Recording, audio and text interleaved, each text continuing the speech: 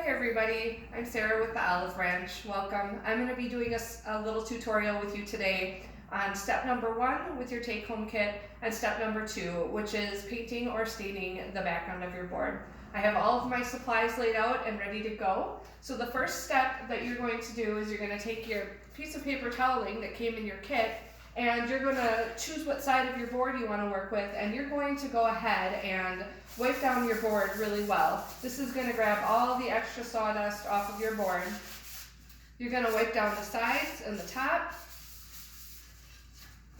And if you're going to be painting or staining the back of your board, you're going to want to wipe down that side as well.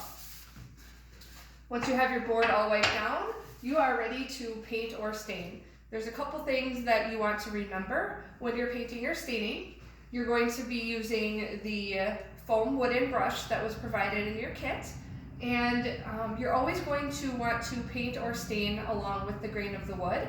And it is very fast drying, so you're going to want to work in small sections at a time.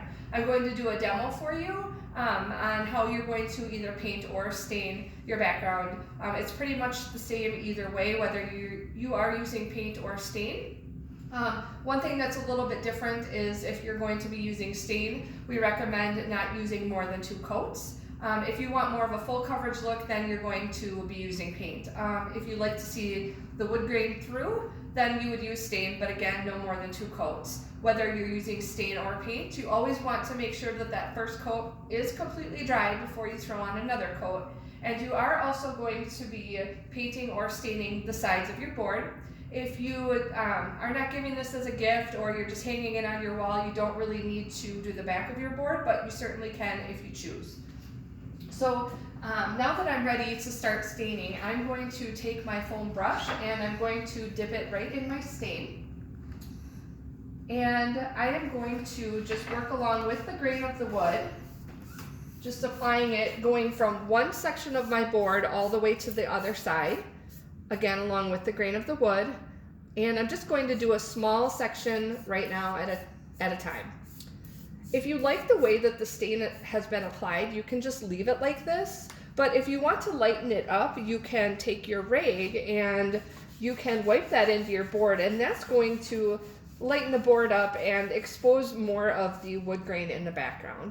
Now that I finished with one small section, I'm going to move along to another section. Now the reason why we do this is because it does dry very fast, and you want to make sure that you're working out your brush marks. If I would stain my whole board at once, by the time I actually get back up to the top of my board to wipe it out, it would be already dry, and you wouldn't be able to wipe out as much stain.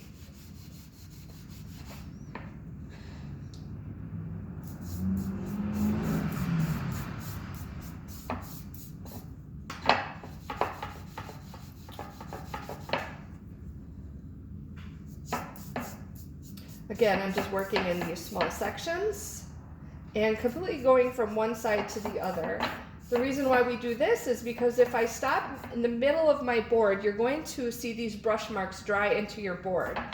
So you want to get those wiped out right away.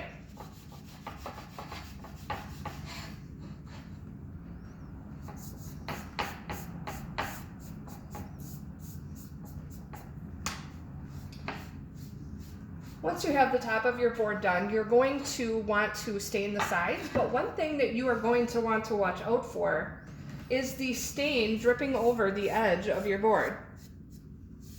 As you can see here, my stain is just running down a little bit on my board, so what I want to do is grab my rag and wipe that out right away.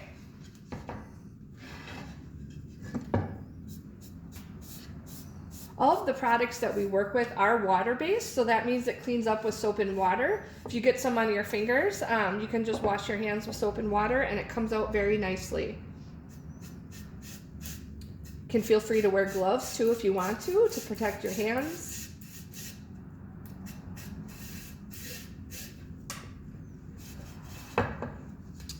And I'm just going to finish with the top side of it.